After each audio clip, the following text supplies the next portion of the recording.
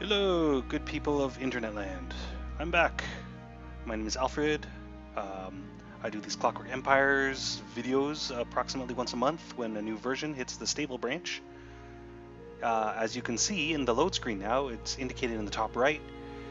We're on version 42, or revision 42, but the developers have started calling these ones Alpha, so now this is now Alpha 42, which I don't really know what that means. I'm not sure the developers know either. Typically, alpha means, we're still adding features, still getting stuff to work.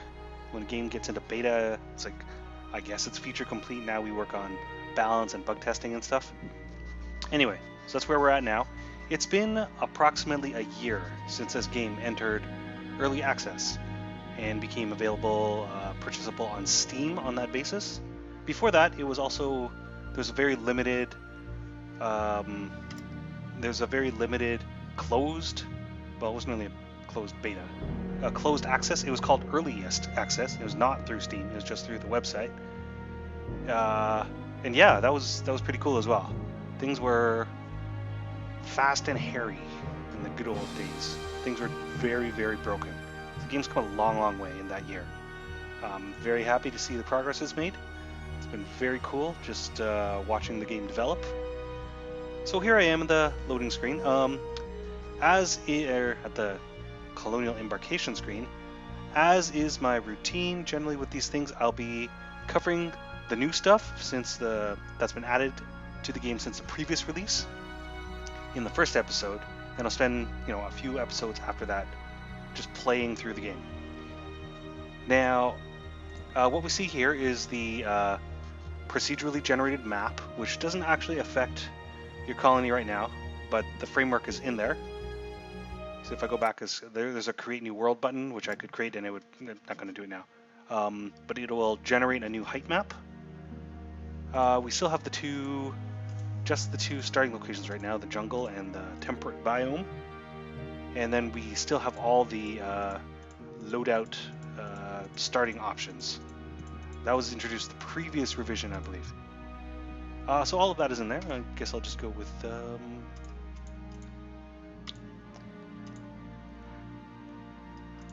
yeah, I'm tempted to go with the Dauntless Dare, but that would make the starting very boring to watch and very difficult.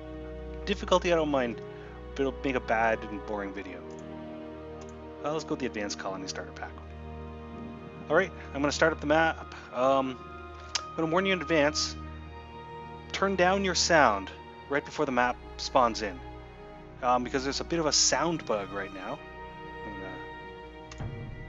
And what the problem is, it draws everything all at once, which includes all the spawning and crate hitting the ground noises. So this is like a loud burst of noise any second now. Yep, we'll just wait for the map to generate.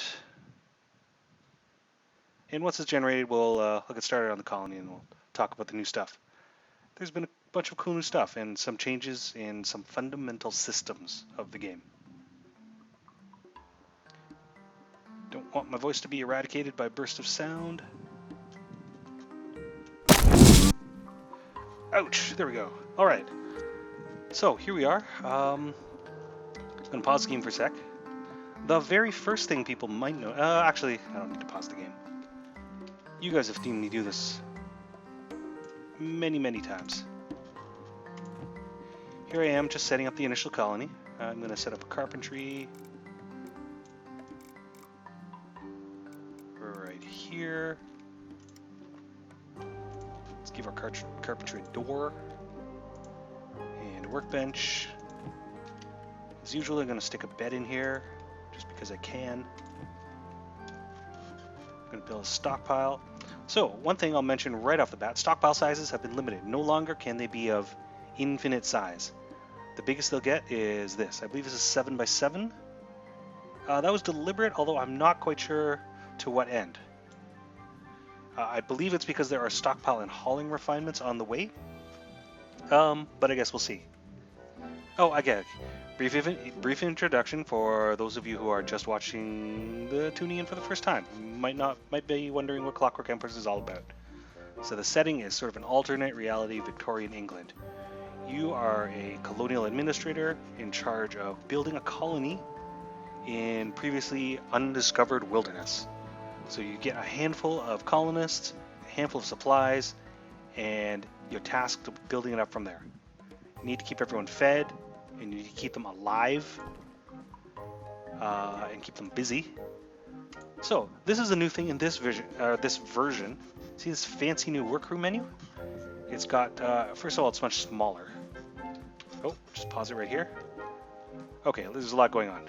So, first, the workroom menu. It's much prettier as well. Now you've got the overseer's portrait here on the left, and all of his workers in the little cameo silhouettes here on the right. When these guys get workers, because right now we only have overseers, you'll be able to mouse over these to see what each individual worker is doing. And each of these work crew lines gets a button. As soon as they're assigned to a workshop, it gets a button and you can zoom to the workshop where they're assigned. That's one thing. The very first thing I did was I went down to my single NCO here and I enabled the hunting job filter. So by default, the NCOs, they're prohibited from doing any other jobs, like hauling and forestry and things. Typically because people just want them around to have their guns ready to shoot at stuff. Now I enabled hunting for this guy, so he will shoot at wildlife. And in this case he shot a dodo for us. A new thing in this revision, you may notice anyone in combat gets this UI element over their head, this red bar and this orange bar. That reflects now their wounds and their morale. So we can see his wounds, he's full, his health is full, and his morale is good. As characters take damage, their morale will break, they'll become frightened more easily, and they'll take wounds, which may eventually kill them. So, he was briefly in combat when he was shooting that dodo for the colony, because I told him to go hunt. So now we've got a raw bird out here in the forest for when we're cooking food. Let's check our commodities. I think we could actually, I'm going to forage up some of this black fungus. So, as always, a bunch of new stuff every new revision. One of the very fundamental changes now is the way food works, food and kitchens. So that's always a lively source of change in these games. But first I will build a kitchen.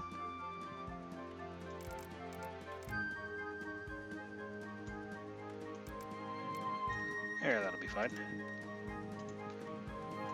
a door in here and here. I'm gonna set up. I don't think I have the resources. Nope.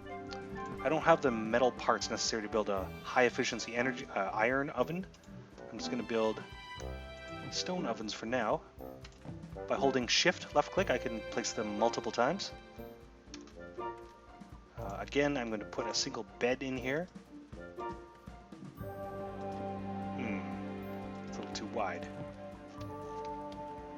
Okay, so we'll give them a chance to sort out their various jobs. Each colonist will look at the jobs you've queued up on the job list and they'll take one. Right, so if I expand the chop trees job, we can see that in my highlighted area, the area I designated for chopping trees, there were three trees in there, and thus 3 chop trees jobs. So each of these is broken into its own line here, and you'll see the second job here, so one of them was just completed.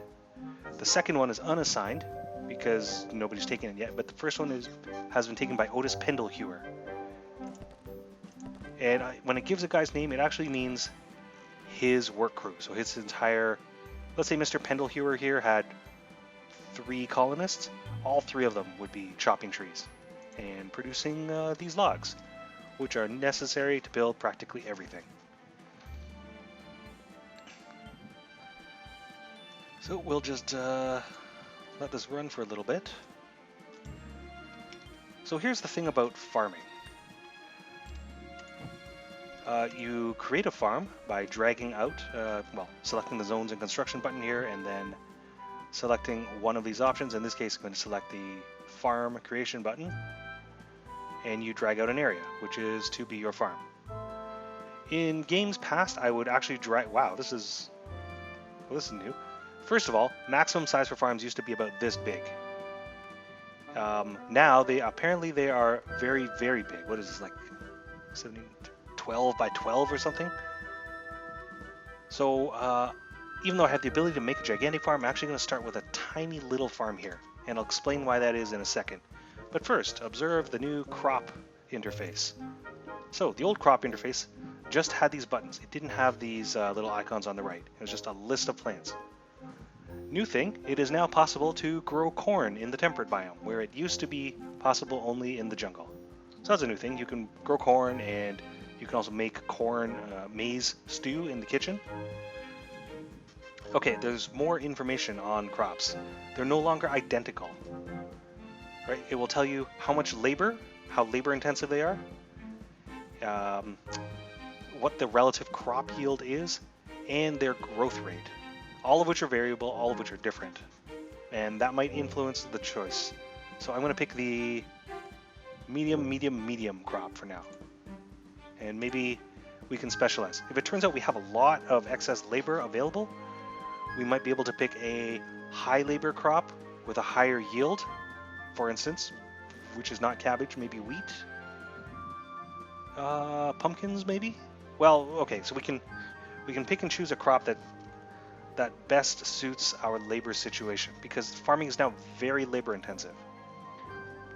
The way it used to be, all crops would grow at the same rate and they would produce the same yield, which is to say 2 crops of whatever I'd plant. There'd be 1 maize planting and it would produce 2 bushels of corn. That was true of every vegetable. Everything you planted would produce 2 units of its product, and then you would take that thing and you cook it in the kitchen, and each unit of say corn that the kitchen cooked would produce 2 corn stews. So one maize plant would ultimately produce 4 corn stews. That has been changed. First of all, crop yields are now single. They're now single events, so that 1 corn will yield 1 bushel of 1 maize planting will yield up 1 bushel of maize plants, and that 1 bushel of maize plants can be cooked into maize stew at the kitchen, but it will only produce 1. So food productions have been scaled way back. Compared to my previous example, now food production on vegetables has been, you only produce a quarter as much, the process. A similar scaling back has been applied to meats. It used to be that any meat you cooked, so raw bird, aurochs steak, beetle steak, those, you'd cook 1 raw steak and it would produce 3 steaks. That's been scaled back to 2, so now 1 auroch steak produces 2 steaks. So there's less food available overall. However, now crops grow much faster. It'll be a little bit difficult to see in this video, but maybe just keep an eye on the field as we continue playing. And what's going to happen is that crops now grow almost to fruition in a single day. They grow, I think, something like twice as fast as they used to, if not faster. And especially with some of the chili peppers, which are only available in the jungle biome, they grow super fast. And cabbage is another fast-growing one, I believe. And they grow that fast, but they only grow in the daylight, so they do not grow at night. Which I assume means they also don't need to be tended at night. So crop growth is much faster, crop yield is half, it's lower, and then food production is also halved. And I think the implication, just from reading the forums and stuff, the devs intend for this to make farming more significant. First of all, the very quick maintenance times mean that crops that aren't tended very carefully will spoil. They'll turn brown and wither and not be edible, and you'll have wasted all that time. So you don't want to make crops too big for a single crew to tend anymore. Also, you will benefit more from colonists who have specialized in farming.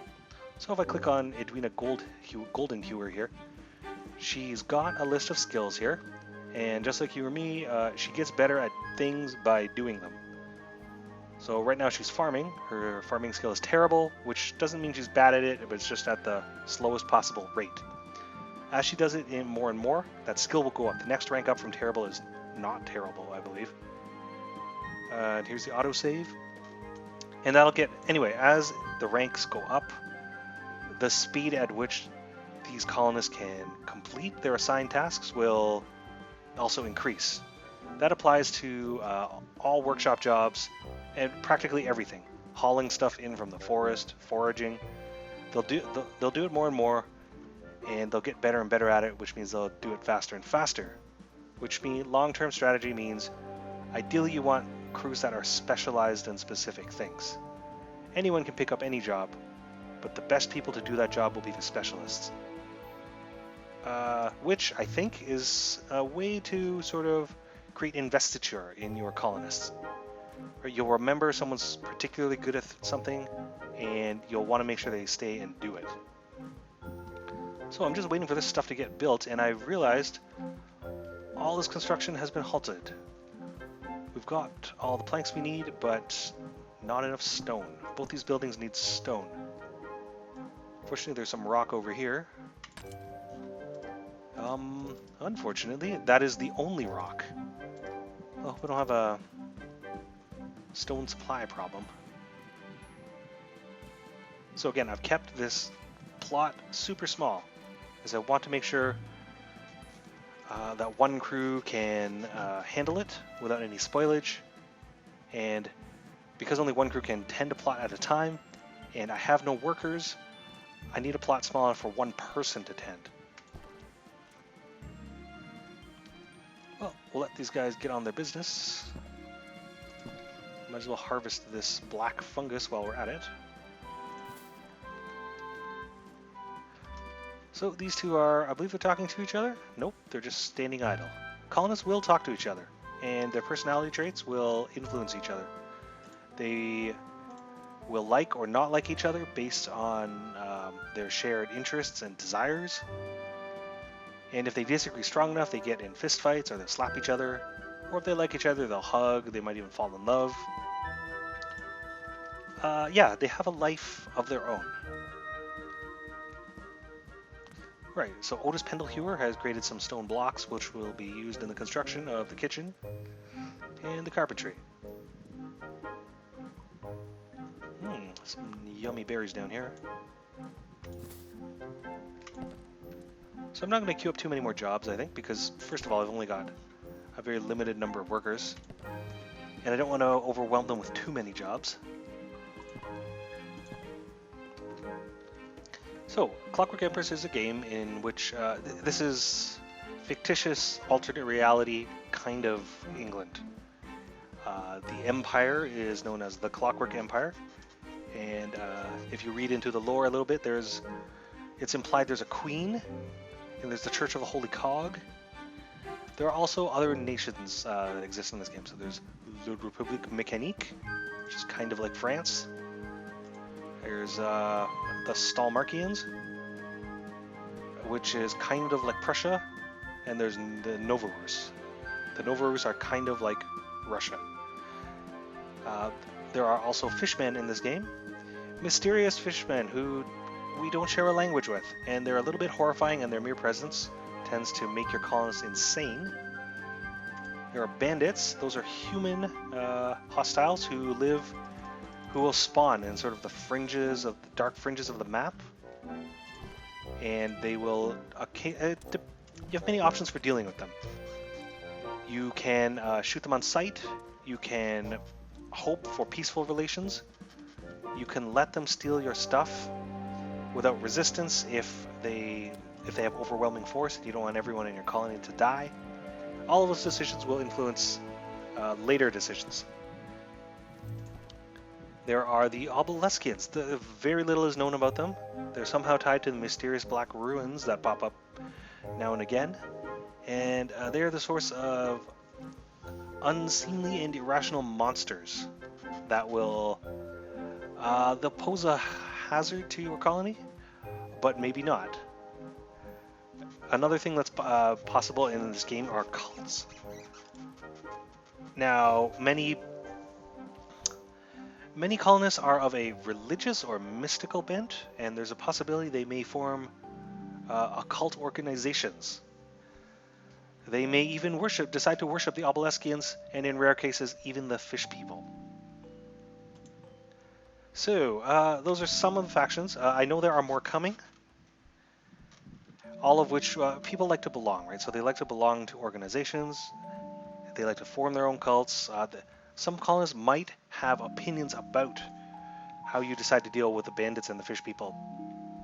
If you have a colonist who is very pro law and order, rule of law, they might be upset that you've taken a permissive attitude toward the bandits, and that will make them unhappy. If we take a look at Maud's brain here, we can see she's happy, she's enthusiastic, she's not insane. If she experiences too many negative effects, so the fishmen are driving her mad, she hasn't had enough to eat, and she has memories of being hungry and injured, her mood, her morale, and her sanity are all subject to change. And insane people, many things can happen as a result of insanity. Maybe we can get on that later. So the structure of the carpentry workshop is now complete. Now you'll notice everyone has stopped working and they're all sleeping inside. So that demonstrates a couple of things. First of all, when night falls, colonists are much less likely. Some might still continue working at their jobs, and I have an immigration wave. Now I've only got 2 prestige. Prestige is a value you accumulate through play by doing things. You get a small amount just for surviving, and you get a larger amount for doing things that please the Empire, producing goods, supporting aristocrats, that sort of thing. I'll just take the usual number, which in this case is 2, but that increases as the population of your colony increases. So as you have more and more colonies, or colonists, you're able to accept larger and larger waves of colonists, additional immigrants. So eventually, when I get up to like 40 colonists, the usual number will be something like 5 incoming. So that's that. So once again, I've gone and done that thing where I chop an overly long video into 2 halves, because this one was running very, very long. So the rest of this will be up as episode 2, probably later today or tomorrow or something. But in the meantime, thanks for tuning into this one and checking out what's new with 42. If you're interested in the game or maybe considering a purchase, I hope this has given you, a general idea what the game is about, whether or not it's something you might be interested in. The game's in early development. It's being developed by Gaslamp Games. Clockwork Empires is available on Steam and through their website. Again, it's in early access, so of course there will be all sorts of bugs and wacky stuff happening, and things are subject to change. I think the basis is there for a really fascinating game. Personal opinion. My name is Alfred. I hope you found this informative. Have a nice day.